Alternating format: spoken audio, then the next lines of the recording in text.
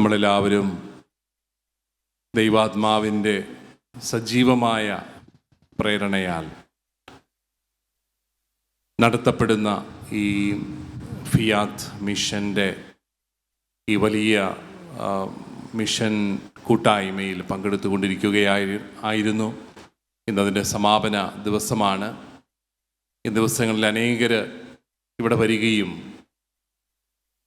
കർത്താവിൻ്റെ സുവിശേഷം ലോകമെമ്പാടും പ്രഘോഷിക്കപ്പെടുന്നതിൻ്റെ സന്ദേശം സ്വീകരിക്കുകയും എല്ലാം ചെയ്തതിനെ ഓർത്ത് നമുക്ക് ദൈവത്തിന് നന്ദി പറയാം. ഇതെല്ലാ വർഷവും വളരെ തീക്ഷ്ണതയോടുകൂടി നടത്തുന്ന നമ്മുടെ പ്രിയപ്പെട്ട ഫിയാത്ത് മിഷനിലെ എല്ലാ സഹോദരങ്ങളെയും ദൈവസന്നിധിയിൽ നന്ദിയോടുകൂടി ഓർക്കുന്നു. അവരിലൂടെ ദൈവം പ്രവർത്തിക്കുന്നത് കാണുമ്പോൾ അതിലുള്ള വലിയ സന്തോഷവും ആനന്ദവും എല്ലാം അറിയിക്കുകയും ചെയ്യുകയാണ്.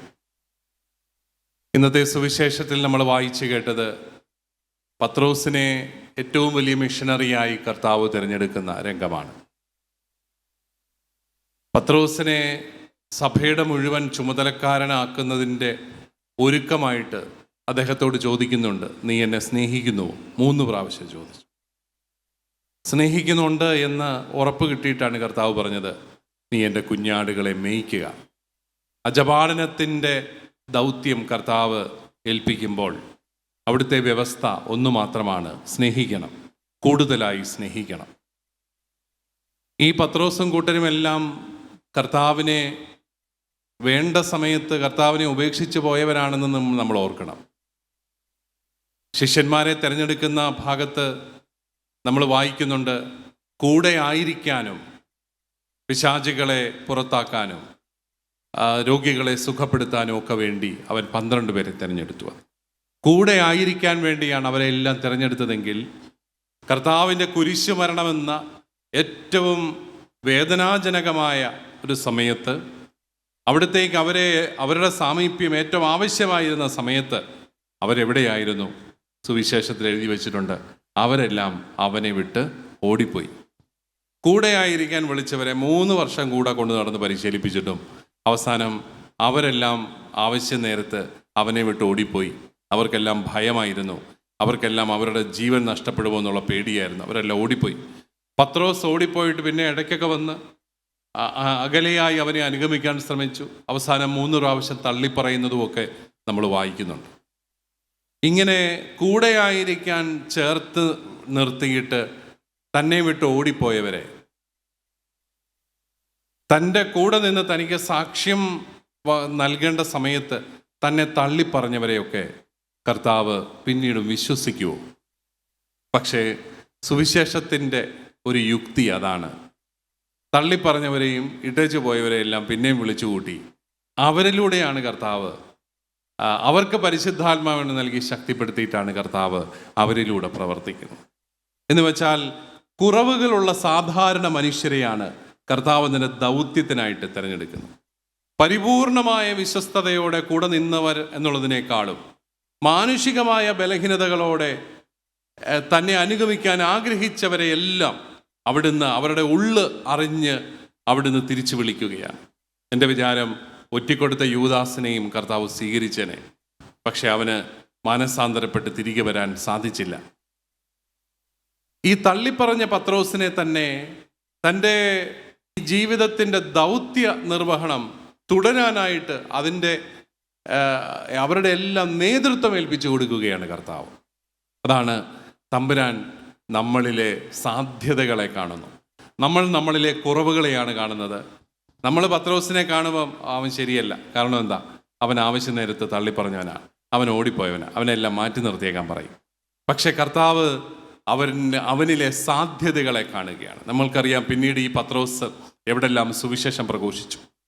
പിന്നീട് അദ്ദേഹത്തെക്കുറിച്ചുള്ള പാരമ്പര്യം പറയുന്നത്, എൻ്റെ കർത്താവ് കുരിശിൽ നേരെ കടന്നാണ് മരിച്ചതെങ്കിൽ എനിക്ക് തല കീഴായി മരിച്ചാൽ മതി എന്ന് പറഞ്ഞ് അങ്ങനെ കുരിശു മരണം വരിക്കാൻ ധൈര്യം കാട്ടിയ പത്രോസ്, തൻ്റെ ജീവൻ നഷ്ടപ്പെടുമോ എന്നോർത്ത് ഒരു സ്ത്രീ അദ്ദേഹത്തെ വെല്ലുവിളിച്ചപ്പോൾ കർത്താവിനെ തള്ളിപ്പറഞ്ഞവനാണ് ഈ പത്രോസ്. പക്ഷെ അദ്ദേഹം പരിശുദ്ധാത്മാവിനെ സ്വീകരിച്ച് കർത്താവിൻ്റെ ഈ സ്നേഹത്തോട് പ്രതികരിച്ച് അവിടുന്ന് കരുത്തനായിട്ട് കടന്നു വരികയാണ്.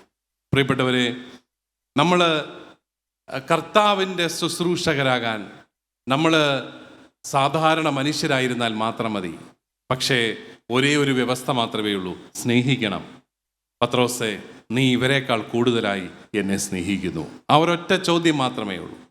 സുവിശേഷ പ്രഘോഷണത്തിൻ്റെയും സുവിശേഷവൽക്കരണത്തിൻ്റെയും എല്ലാം അടിസ്ഥാനം ഈശോയോടുള്ള സ്നേഹമാണ് എന്ന് നമ്മൾ തിരിച്ചറിയണം. കൂടുതൽ സ്നേഹിക്കാൻ സാധിക്കുന്നവൻ അവൻ്റെ ജീവൻ സമർപ്പിക്കുകയാണ്. നമുക്ക് സുവിശേഷം പറയണമെന്ന് തോന്നുന്നില്ലെങ്കിൽ അതിൻ്റെ ഒരു കാരണം ഒരുപക്ഷെ ഈശോയോടുള്ള സ്നേഹത്തിൻ്റെ കുറവായിരിക്കാം. കർത്താവിനോട് സ്നേഹമുള്ളവൻ, കർത്താവിൻ്റെ സന്ദേശം സ്പർശിച്ചവൻ ഒരിക്കലും ഈശോയെ പ്രഘോഷിക്കാതിരിക്കാൻ സാധിക്കുകയില്ല. നമുക്ക് കർത്താവിനെ പ്രഘോഷിക്കാനുള്ള ഒരു വലിയ പ്രേരണ നൽകുന്നത് ഈ സ്നേഹാനുഭവത്തിൽ നിന്നാണ്. ഈ അടുത്ത നാൾ 2-3 ചെറുപ്പക്കാർ എന്നെ കാണാനായിട്ട് വന്നു. അവർ ആൺകുട്ടികൾ, ചെറുപ്പക്കാർ. അവർ ഒരു പ്രാർത്ഥനാ ഗ്രൂപ്പിൽ അംഗങ്ങളായി കുറേ വർഷങ്ങളായിട്ട് പ്രാർത്ഥിച്ചുകൊണ്ടിരിക്കുകയാണ്. അവർ പറഞ്ഞു, പിതാവേ, കേരളത്തിലെ എല്ലാ ജില്ലകളിലും പോയി സുവിശേഷം പ്രഘോഷിക്കണമെന്ന്, നഗരങ്ങളിൽ സുവിശേഷം പ്രഘോഷിക്കണമെന്ന് പരിശുദ്ധാത്മാവ് ഞങ്ങളെ പ്രേരിപ്പിക്കുകയാണ്. ഞങ്ങൾ പോവുക, അതുകൊണ്ട് ഒരു ആശീർവാദത്തിനായിട്ട് വന്നതാണ്. ഞാൻ ഓർക്കുകയായിരുന്നു, കർത്താവ്, ദൈവത്തിൻ്റെ ആത്മാവ് നമ്മുടെ സഹോദരങ്ങളെ ഏതെല്ലാം തരത്തിലാണ് പ്രേരിപ്പിക്കുന്നത്. സ്നേഹിക്കുന്നവനെ കർത്താവ് വെറുതെ ഇരുത്തത്തില്ല. സ്നേഹിക്കുന്നവനെ അവിടുന്ന് അസ്വസ്ഥമാക്കിക്കൊണ്ടിരിക്കും. അവിടുന്ന് സ്വസ്ഥമായിട്ട് കടന്നുറങ്ങാൻ സമ്മതിക്കത്തില്ല, അസ്വസ്ഥമാക്കിക്കൊണ്ടിരിക്കും. ദൈവരാജ്യം പ്രഘോഷിക്കണം. ദൈവരാജ്യം പ്രഘോഷിക്കാനായിട്ട് നീ ഇങ്ങനെ സുഖമായിട്ട് ജീവിച്ചാൽ പോരാ, നിന്റെ ജീവിതത്തെ അസ്വസ്ഥമാക്കണം. എന്നിട്ട് സുവിശേഷം പറയണം, നീ വെല്ലുവിളികൾ ഏറ്റെടുക്കണം. ആ ഒരു വലിയ ദൗത്യമാണ് പത്രോസിന് ഏൽപ്പിച്ചു കൊടുക്കുക. നമ്മൾ ഇന്ന് ഈ ഫിയാത്ത് മിഷൻ്റെ ഈ മിഷൻ എക്സിബിഷനിലൊക്കെ പങ്കെടുക്കുമ്പോൾ ഇവിടെയും നമ്മൾ കാണുന്നത് സുവിശേഷം പ്രഘോഷിക്കാനായി കർത്താവ് തീപിടിപ്പിച്ച കുറേ ഹൃദയങ്ങളെയാണ്. പ്രിയപ്പെട്ടവരെ, സുവിശേഷം എപ്പോഴും പ്രഘോഷിക്കപ്പെടണം. സഭയുടെ ഏറ്റവും വലിയ പ്രശ്നം നമ്മൾ ഇന്ന് കാണുന്ന ഭൗതികമായ പ്രശ്നങ്ങളല്ല. സഭയുടെ ഏറ്റവും വലിയ പ്രശ്നം സുവിശേഷം പറയാൻ ആൾ കുറഞ്ഞുപോയി. സുവിശേഷം പറയാൻ നമുക്ക് പേടിയായിപ്പോയി. സുവിശേഷം പറയുന്നത് വിവേകമല്ല എന്ന് നമ്മൾ ചിന്തിച്ചു തുടങ്ങി എന്നുള്ളതാണ്. അവിടെ സുവിശേഷം പറയാത്തടത്ത് മാത്രമേ സഭ ദുർബലപ്പെട്ടിട്ടുള്ളൂ. സുവിശേഷം പറയുന്ന ഇടങ്ങളിലെല്ലാം സഭ ശക്തിയോടുകൂടി മുന്നോട്ട് പോവുകയാണ്. അതുകൊണ്ട് സഭയുടെ ഏറ്റവും വലിയ പ്രശ്നം നമ്മൾ ഈ പുറമേ കാണുന്ന പ്രശ്നങ്ങളൊന്നുമല്ല, അതിനെയെല്ലാം സഭ അതിജീവിക്കും. സഭയുടെ ഏറ്റവും വലിയ പ്രശ്നം ഈ സുവിശേഷം പ്രഘോഷിക്കണമെന്ന് ബോധ്യമില്ലാത്ത ആൾക്കാരുടെ എണ്ണം കൂടുന്നു എന്നുള്ളതാണ്. ആകയാൽ നമുക്ക് സുവിശേഷത്തെ പ്രതി ജ്വലിക്കുന്ന വ്യക്തികളാകാനായിട്ട് നമുക്ക് പരിശ്രമിക്കാം. കർത്താവ് നമ്മുടെ എല്ലാവരുടെയും ഹൃദയങ്ങളെ ഉജ്ജ്വലിപ്പിക്കട്ടെ, സ്നേഹത്താൽ നിറയ്ക്കട്ടെ. കർത്താവിനോടുള്ള സ്നേഹം നിറയുമ്പോൾ നമ്മളെല്ലാവരും അവനെ പ്രഘോഷിക്കുന്നവരായിട്ട് മാറും. ദൈവം നിങ്ങളെല്ലാവരെയും സമൃദ്ധമായി അനുഗ്രഹിക്കട്ടെ.